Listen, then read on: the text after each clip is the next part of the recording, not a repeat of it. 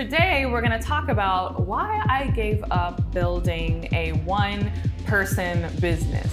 There is a level of leadership that you have to develop in order to be able to manage all these people and to manage all of these parts.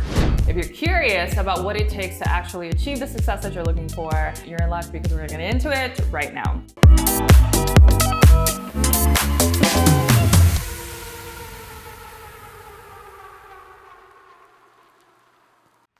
Hey, Courtney Sanders here. Welcome back to my podcast. If you're listening to this on iTunes or Spotify, you can hop on over to YouTube if you want to watch my crazy facial expressions. And if you're here on YouTube, buckle up because today we're going to talk about why I gave up building a one-person business. In fact, this was a dream of mine when I first got started, but it's something that I think is really important to talk about just because I know that there are a lot of people who are interested in building, these solopreneur-based businesses, especially in the online coaching space. The dream that is really sold is like, oh, you can live this laptop lifestyle where it's just you in a laptop. Maybe you have a virtual assistant, but there isn't really this idea of building a company or an organization. And I have totally shifted. I have done a complete 360, and that is what I'm focused on now. So if you're curious about what it takes to actually achieve the success that you're looking for, and if this solopreneur, one-person business, laptop lifestyle thing is even a thing, you're in luck because we're going to get into it right now. So here's the thing to understand. When I talk about one-person business, I know that this can be spoken about in two different ways, right?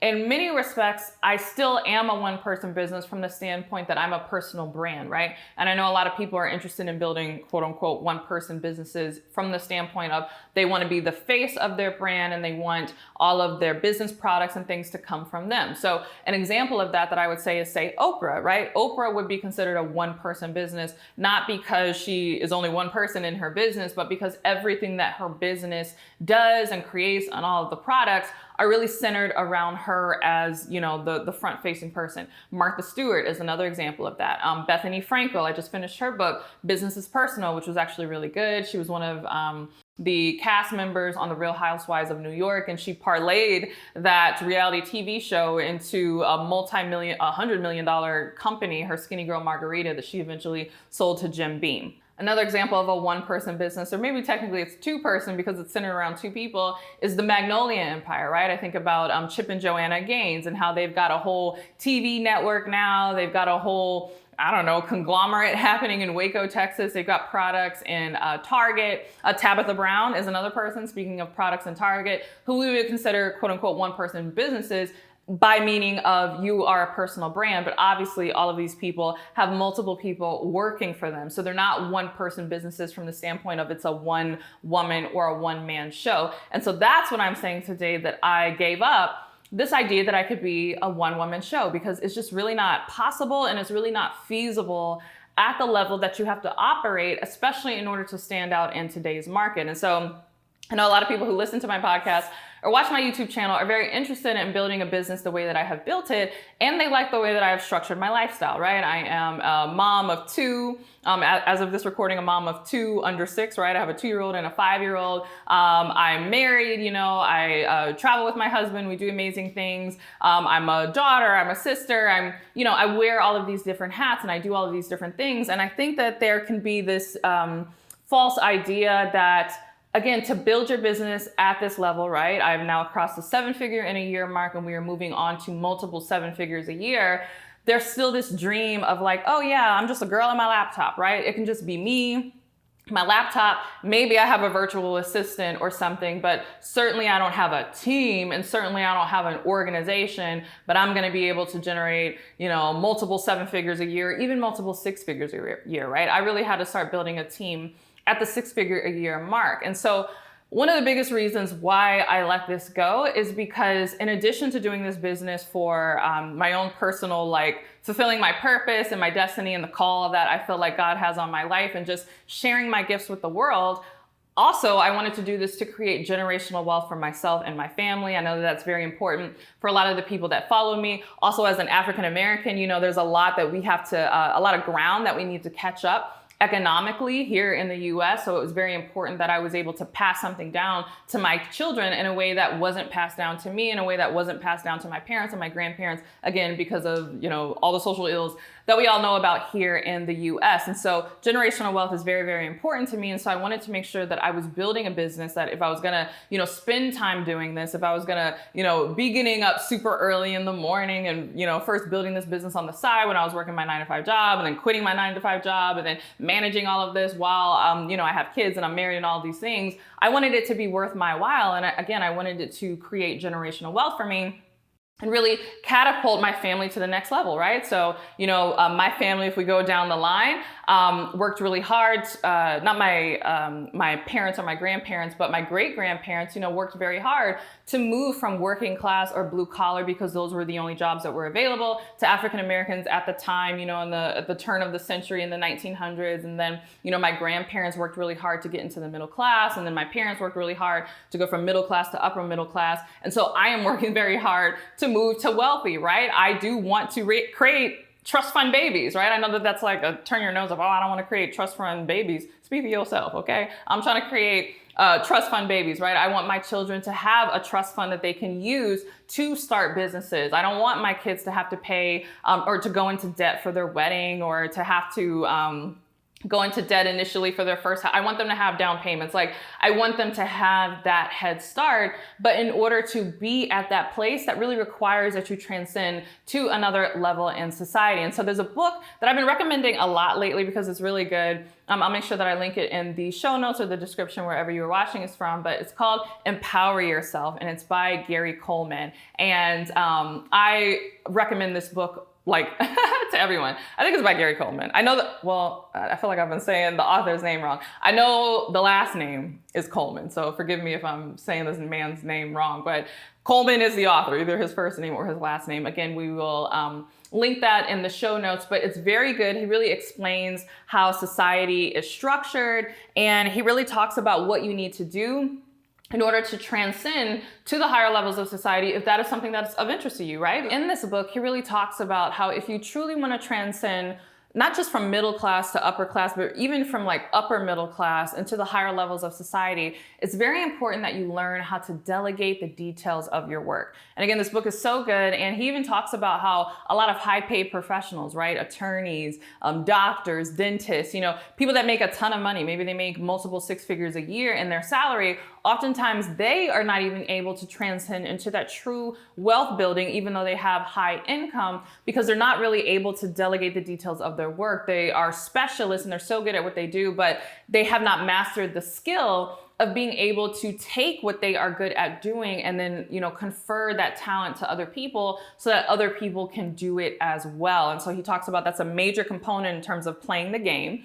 He talks about how, not everybody wants to play this game, right? Not everybody wants to transcend to the upper levels of society. Again, I do. I've already explained why, for all the reasons why that I just explained. But if that is a desire of yours, learning how to delegate is one of the key things that you're going to have to do. And not just delegate from a standpoint of, I'm going to get a housekeeper, or I'm going to, get a meal prep chef, or, these are all these things that I've delegated from a domestic standpoint. But again, being able to delegate the details of your work, like what you're really good at, being able to transfer that to people on your team so that they can operate and do it. And you're not stuck in the details of doing the work, but you are actually being the visionary and really steering the company and building a bigger vision. And so you'll find that it's very difficult to get to that multi-million or even $100 million level, and certainly billion-dollar level in society if you have not mastered that skill. And I see why, right? I was just talking to a friend of mine that I think a lot of, something that a lot of entrepreneurs are bumping up against. And I'm noticing that this is a conversation online. In fact, there's a big discussion around very well-known, prominent entrepreneurs who are seemingly quitting their businesses, right? Or just walking away. And it's like, what? You were so successful. You were making a few $1 million a year. And, they're kind of posting these manifestos online. They're like, I'm burned out. This is not what I got into this for. I've lost my passion. I'm stressed. And so I'm indefinitely quitting my business. And I really understand and I really feel where they're at, because I am getting to that level, not that I'm fed up with my business or I'm burned out or whatever, but I recognize that when you do kind of cross the 7-figure and you start to get to the low multi-7-figure mark, so you're moving from $1 million a year to 2, 3, sometimes $4 million a year, it's very hard to get to that next level if you don't have a team, right? And this actually goes beyond delegation. It's not just like, oh, teaching somebody or hiring someone to do that for me. There is a level of leadership that you have to develop in order to be able to manage all these people and to manage all of these parts. And you as the entrepreneur have to develop that form of leadership, because in the beginning, no one's going to be able to do that for you. You're going to have to do it yourself. In fact, I always give the example of how Jeff Bezos just a few years ago was able to step away from being CEO of Amazon and to install, the current CEO of Amazon. I forget what his name is, but yeah, Jeff Bezos, I think, is still chairman of the board and obviously owns equity in Amazon, but he is no longer the CEO of that, because that was like the last hurdle, right? When he was first starting Amazon, he was the chief everything officer, was doing it in his garage. And as the business grew, he was able to install people in place and then to build a leadership team. And it sometimes takes years, sometimes it takes decades to get to a place where you can truly work yourself out of the business, and you have leaders who are able to not only hold the vision in their respective, departments or areas, but can move a lot of people, right? And this is something that I feel like is not talked about enough, especially in the middle class. In fact, I have a video all about middle class mindsets that hold you back when it comes to entrepreneurship. I'm on Instagram, right? I'm not on TikTok, by the way. I do have a TikTok account, but we haven't posted content there, but we're going to start, because I know people are on TikTok and they're looking for it. And unfortunately, there's a lot of copycats that are trying to imitate my account and pretend that they're me on TikTok. And so I'm like, well, great. Now I have to get on TikTok in order to put the real content out there in order to combat all of these imposters. But as it stands for me personally, I'm not a fan of TikTok, but I understand that, my audience is, so fine, we're gonna put content on there. But part of the reason why I'm not a fan of TikTok and some of the memes that really annoy me on Instagram is there's all these memes around like, not taking work seriously and blowing off your job as an employee and tee hee hee, look at me, I'm like, goofing off in the middle of the day and my boss is an idiot and, all of this stuff. And I get it. And, the memes are funny and everybody's like commenting like, yeah, girl, me too. I only put in 2 hours of work, but my boss thinks I'm really working. I'm not working, right? People think that these memes are super funny, but they don't understand that when you try to translate that mindset into entrepreneurship, part of your job is inspiring employees to a level where they won't want to post memes like that, right? They actually will enjoy their job and they'll love what they're doing and they, feel passionate about what they are contributing to. And so they're not going to be on Instagram or TikTok posting memes about how they goof off in the middle of the day, because they really feel like they're a part of something. They're a part of a team. There's a vision that is bigger than them, that is even bigger than you, and that they feel a privilege and like excited that they get to participate in that vision. That is hard work. And that is a skill set, and not everyone can do that. Again, it's more than just delegating. It's more than just saying, okay, I don't want to do my own graphics anymore. I don't want to do my own customer service anymore. I need to hire someone in order to do that for me. It is leadership, and part of leadership is being able to inspire people to take ownership of whatever it is that they are doing in the company versus just giving them something to do. And that is a skill set that you have to develop. Yes, most entrepreneurs have a natural level of leadership in the sense that they caught on to some vision and it inspired them to start the business in the first place. And maybe their clients or their customers see them as a leader to some degree, but it's a whole different animal to be able to inspire leadership with a team in order to build an organization. However, I find that it is necessary if you want to transcend, again, the higher levels of society and get to a place where you're doing tens of millions, even hundreds of millions of dollars a year. I feel like CEOs and founders who have built companies at that level don't get enough credit for what they have done, because most people who are just working 9-to-5 jobs, or most of us who are just, in the middle class and are looking to grow out of the middle class, don't understand the level of pressure and leadership and foresight that is required of you in order to lead a team of multiple people, all focusing on one vision. But again, this is something that I want for myself. And so even though I too am experiencing those growing pains of growing a business, and I, see these manifestos that these entrepreneurs are posting, and they're like, I didn't sign up for this, I'm quitting my business indefinitely because this is a lot of work. My heart goes out to them. Like, I understand why they're doing it, and I get it. And if it's not your desire to get to that next level in society, you might throw in the towel and say, you know what, I'm hanging up the hat. There's other things that I could do, to make $1 million. Like, do I really need to do this? But again, I'm trying to create a legacy for my family. I'm trying to create real generational wealth. And I do recognize the importance of building an actual organization. So I'm sticking it out, right? Whether we make it to the mountaintop or we crash and burn, right? I'm in it for the long haul. And so I'm just putting one foot in front of the other, and I'm doing what I need to do in order to build an organization. But I recognize that it's not going to be a one-person business. And speaking of building a bigger vision, I also got inspired to do this, and again, to let go of the solopreneur dream, because I'm starting to see how much of an impact I'm able to have with all the people that are attached to me. Again, when you are a solo entrepreneur, for the most part, it's just you. Yes, your clients and your community that you serve, but you're limited in how many people you can serve. And you might have great testimonials and people really enjoy working with you. But again, if it's just based on you and your sweat and tears, there's only so many clients that you're going to be able to serve, in the course of a year. And there's only so many employees, obviously, that you're going to work with, because you're a one-person business. Maybe you have an assistant, but that's pretty much it. But as I'm growing my company, and particularly because I hire people from all over the world, I work with contractors and vendors from all over the world, I find myself getting more excited about the vision that is possible for me and the people that I am connected to, particularly with the work that I am doing in South Africa. You should definitely check out my podcast episode that I did about my takeaways having done my first retreat in South Africa. I went to Johannesburg for the first time, Cape Town for the first time, and I had a lot of amazing takeaways. But I really feel a connection to the country because I see how much potential is there and how much potential for economic empowerment is there, right? I always tell people that we forget that apartheid for South Africa just ended in the 90s. We're here in the United States, the civil rights movement was in the 60s. So we do have a head start on them in terms of the progress that we made. Obviously, there's a lot of progress still to be made when we think about, economic equity, for particularly Black people and people of color and all of those different things. But in many respects, South Africa has a lot of the same challenges, but they are just getting started because their quote unquote civil rights movement only happened so many years ago. And so I see the potential in that a lot of the work that I do, again, working with people who are here in the US, but also people who are in South Africa,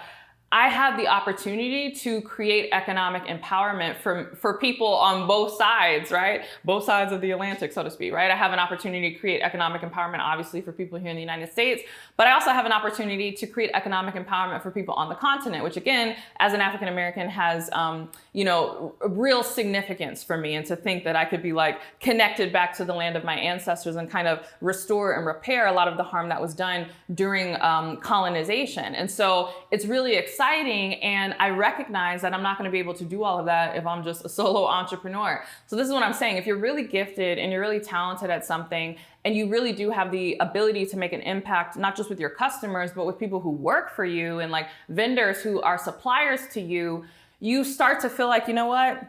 Maybe I don't want this to be just a solo show. Maybe I don't want this just to be a one-woman show, because I want other people to share in the value that I am creating. And when I think about even, I was speaking with my business partner who is based in South Africa, who does a lot of the instructional design in my courses. I was saying we could lift people out of poverty, right? In South Africa, there's still these areas called townships, which are kind of like shanty towns that, the Blacks in South Africa and even the coloreds, and I say that in air quotes because in the US, that's kind of like a derogatory term to call someone colored, but in South Africa, that's like the actual legal designation for biracial, or what we would call mixed race people. But during their apartheid, again, Blacks and these mixed race people of Asian descent, etc., were segregated into these shanty towns. And unfortunately, even after apartheid, a lot of people are still living on the outskirts of society, and they don't have the opportunity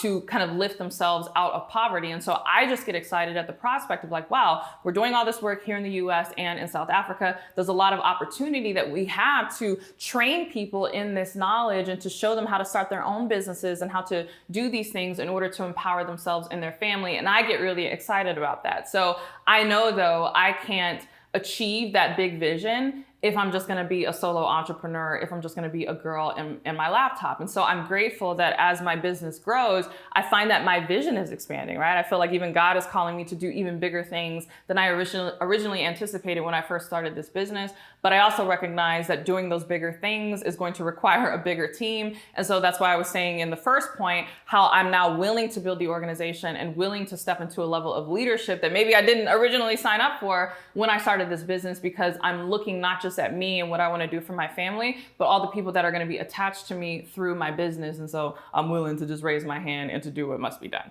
And really the last thing that I'll say about this and letting go of, the dream of being a solo entrepreneur is it's really about me facing my fears, right? So I've told this story previously, but when I first started my coaching business, I was working with clients one-on-one, right? And I had this huge roster of like 16 one-on-one clients. I had a wait list. I was making great money. At the time, I was making the highest that I had ever made in my business, which was $300,000 a year. But then my husband and I found out that we were pregnant with my son, and I realized that I wasn't going to be able to take on those one-on-one clients that way. And so I let my one-on-one client engagements roll off while I was pregnant. And when I had my son, I was kind of scrambling, trying to figure out what I would do in order to keep revenue coming in the door. And that was actually a really challenging time for me, because at the time I had 2 full-time US-based staff members that were working for me, and I had to let them go. And it was like very embarrassing. It was a big hit to my ego. And so I'm just going to be honest, right? And we talk about mastering your fears and mastering your mindset. In fact, I have another podcast episode that you should check out all around how to create mental discipline for yourself.